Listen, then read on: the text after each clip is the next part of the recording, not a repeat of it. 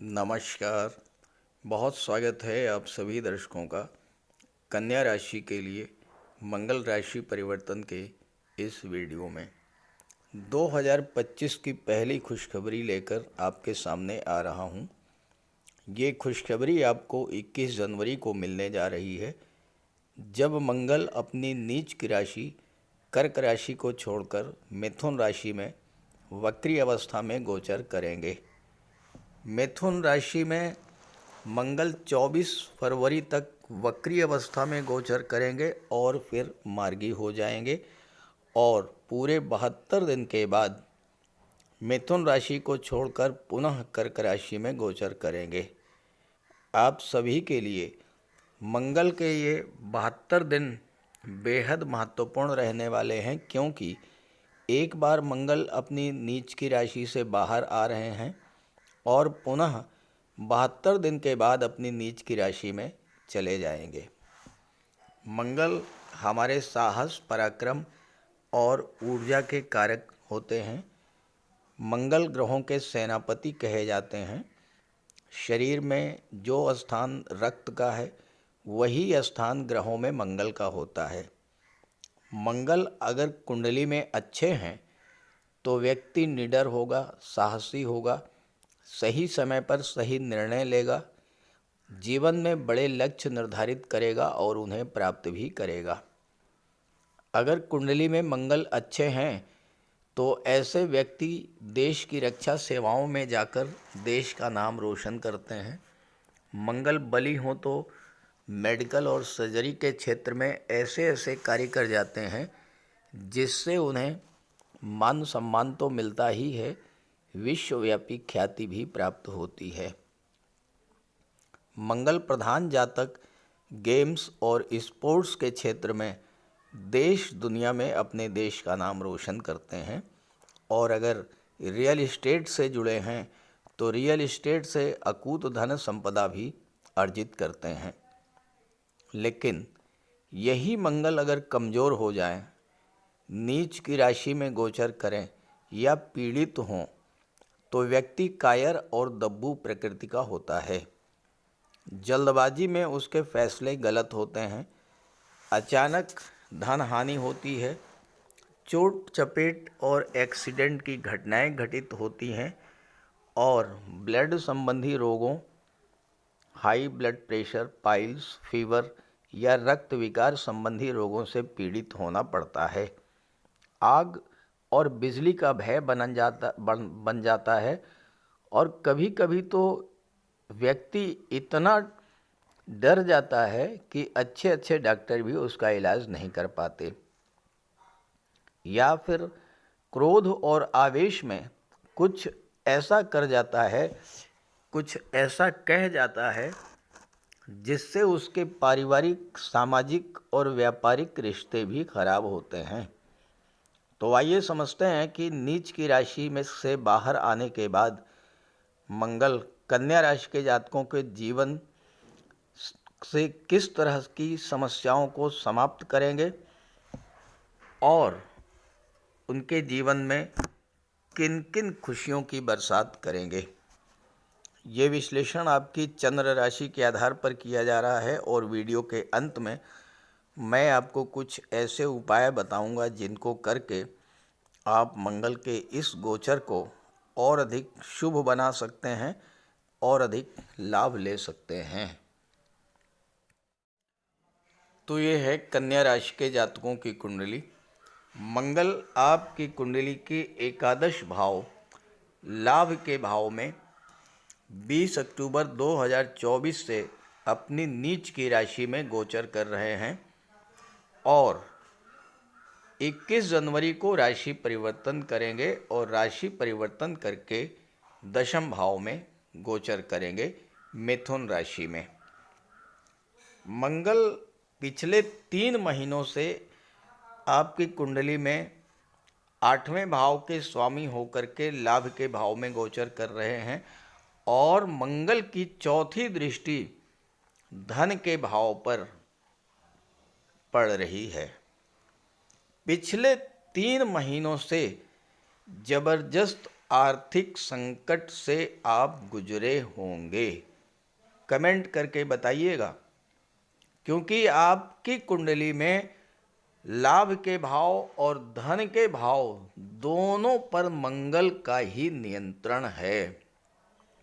अब देखिए, मंगल यहाँ 3 तरह से आपको नुकसान पहुंचा रहे थे। एक तो कन्या राशि के लिए मंगल कारक नहीं है, पूरी तरह से अकारक ग्रह होते हैं। आपके राशि के स्वामी बुध के शत्रु हैं। दूसरी बात, मंगल अपनी नीच की राशि में गोचर कर रहे थे। और तीसरी बात, मंगल 8वें भाव के स्वामी थे। 8वां भाव खराब भाव, लाभ के भाव में गोचर करना और धन के भाव पर दृष्टि डालना आपके लिए मंगल किसी भी तरह से लाभ देने की स्थिति में बिल्कुल भी नहीं थे। 8वें भाव का स्वामी जब एकादश भाव में गोचर करता है तो अचानक धन लाभ होता है। लेकिन यहाँ पर पिछले 3 महीनों में आपको अचानक धन हानि हुई होगी, क्योंकि मंगल नीच की राशि में गोचर कर रहे थे। यही मंगल अगर स्वराशि में गोचर करते, उच्च की राशि में गोचर करते, मित्र की राशि में गोचर करते, तो मैं पक्के तौर पे ये कह सकता हूं कि आपको अचानक धन लाभ हुआ होता। लेकिन यहाँ पर आपको अचानक धन हानि हुई होगी। और ये धन हानि कहाँ से हुई होगी? मंगल की दृष्टि पंचम भाव पर पड़ रही है। जो जातक लॉटरी से, शेयर से, सट्टे से, जुए से जुड़े हुए थे, अचानक से बड़ा नुकसान उनका हुआ होगा। 8वें भाव के स्वामी हैं मंगल। जो जातक किसी गलत संगति में थे, उनका नुकसान हुआ होगा। अचानक से आपका पैसा किसी ने दबा लिया होगा, किसी को आपने लोन दिया, वो पैसा आपको मिला नहीं होगा। प्रॉपर्टी को लेकर के कोई विवाद खत्म शुरू हो गया होगा। ससुराल पक्ष से आपके संबंध खराब हुए होंगे। और सबसे बड़ी बात, चूंकि राहु की दृष्टि भी मंगल पर पड़ रही थी, राहु सप्तम भाव में है, लाभ के भाव पर राहु की दृष्टि पड़ रही थी, मंगल पर पाप प्रभाव भी था। इस कारण आपकी आर्थिक स्थिति लगातार कमजोर होती चली गई। पिछले 3 महीनों में धन का संचय होना तो बहुत दूर की बात है, जो पैसा आपके पास था वह भी नष्ट हो गया होगा। बिला वजह के कार्यों में आपका पैसा बर्बाद हुआ होगा। चाहे वो शेयर मार्केट में पैसा डूब गया हो, चाहे आप जुए और सट्टे में अपना पैसा बर्बाद किया हो आपने, या फिर किसी गलत संगति में, या फिर किसी को आपने पैसा उधार दिया हो, पैसा आपका डूबा होगा। और इनकम जो आपको होनी चाहिए थी वह भी नहीं हो पाई, क्योंकि 8वां भाव जो है कष्ट, ये कष्टों का, पीड़ाओं का तो होता ही है। 8वां भाव जो है ये विघ्न, बाधाओं और रुकावटों का भी होता है। तो आपके इनकम के मार्ग में तरह तरह की रुकावटें आई होंगी। पैसा आप तक नहीं पहुंच पाया होगा, जो पैसा आपको मिलना था वो आपको नहीं मिल पाया होगा। स्वास्थ्य भी आपका बहुत ज़्यादा खराब हुआ होगा।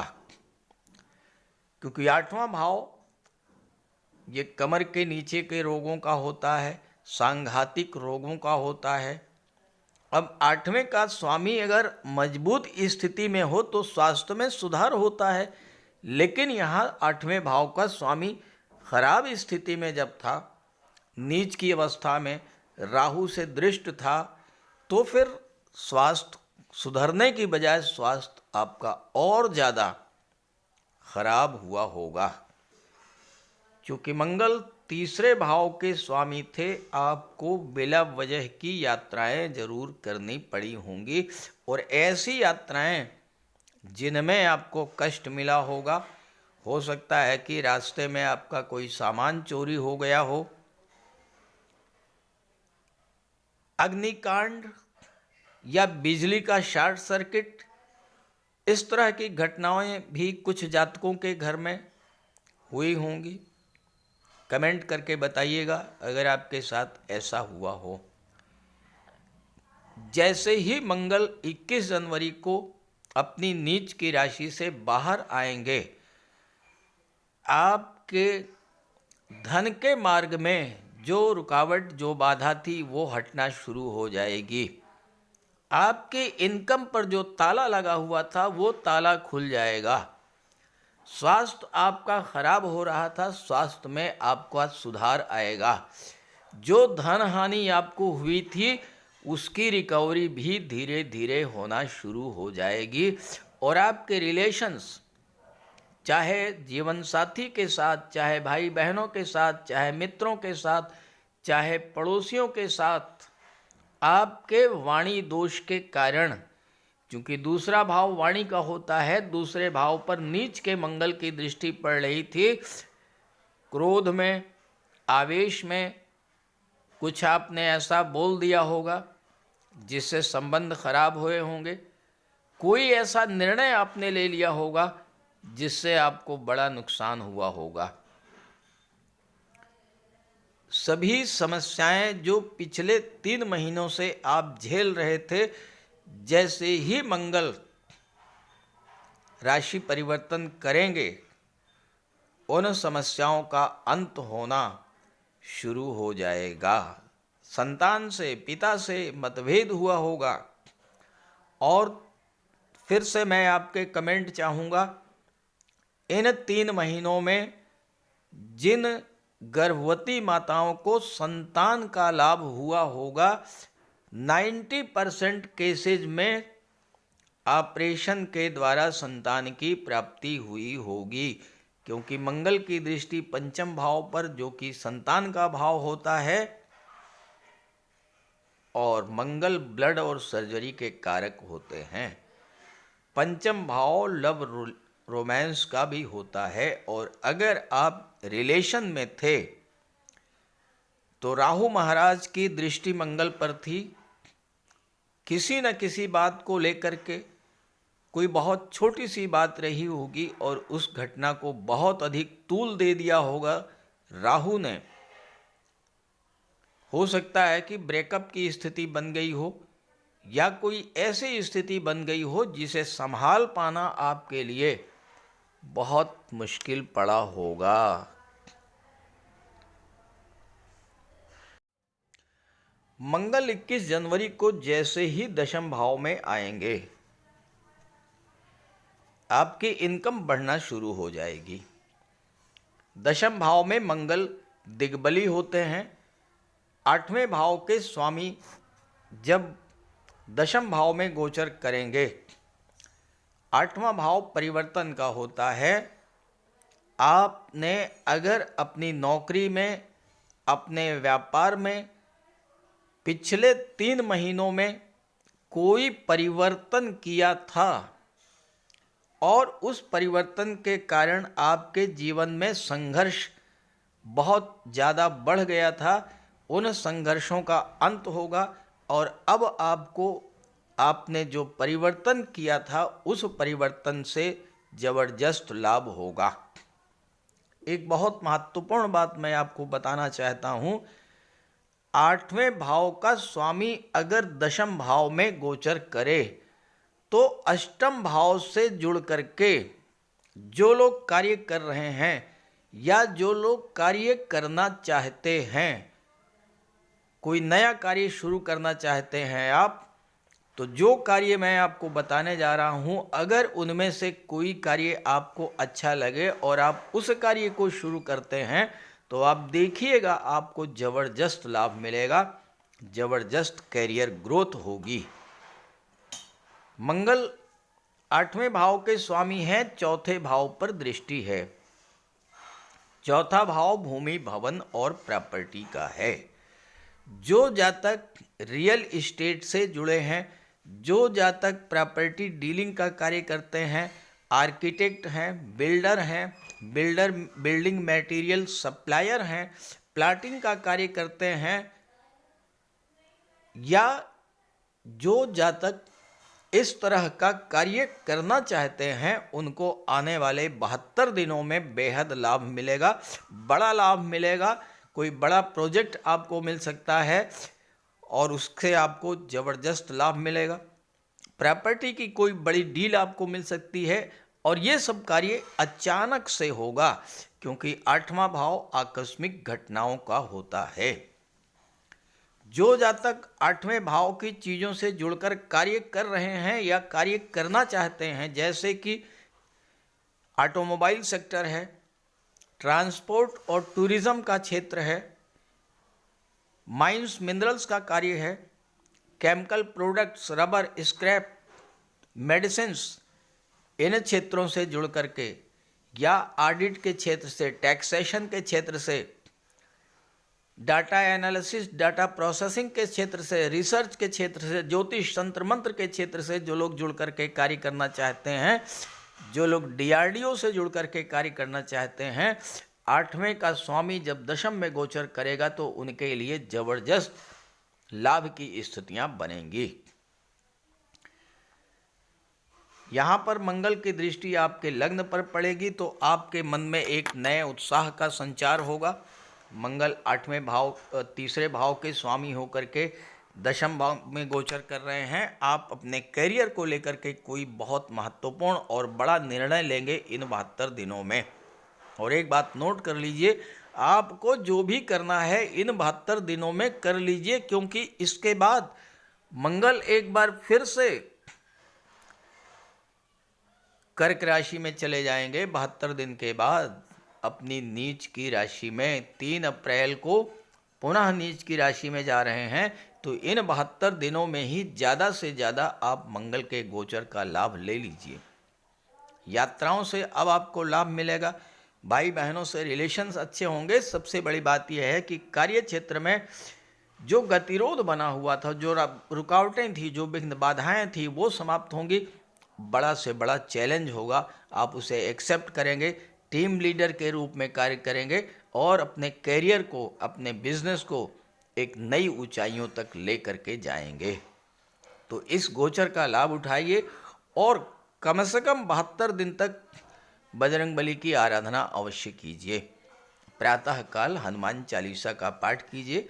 मंगलवार के दिन हनुमान जी के मंदिर में जाइए, उनको चोला चढ़ाइए, प्रसाद चढ़ाइए, हनुमान चालीसा का बैठ करके पाठ कीजिए और अपने दाहिने कलाई में एक कलावा अवश्य बांधिए।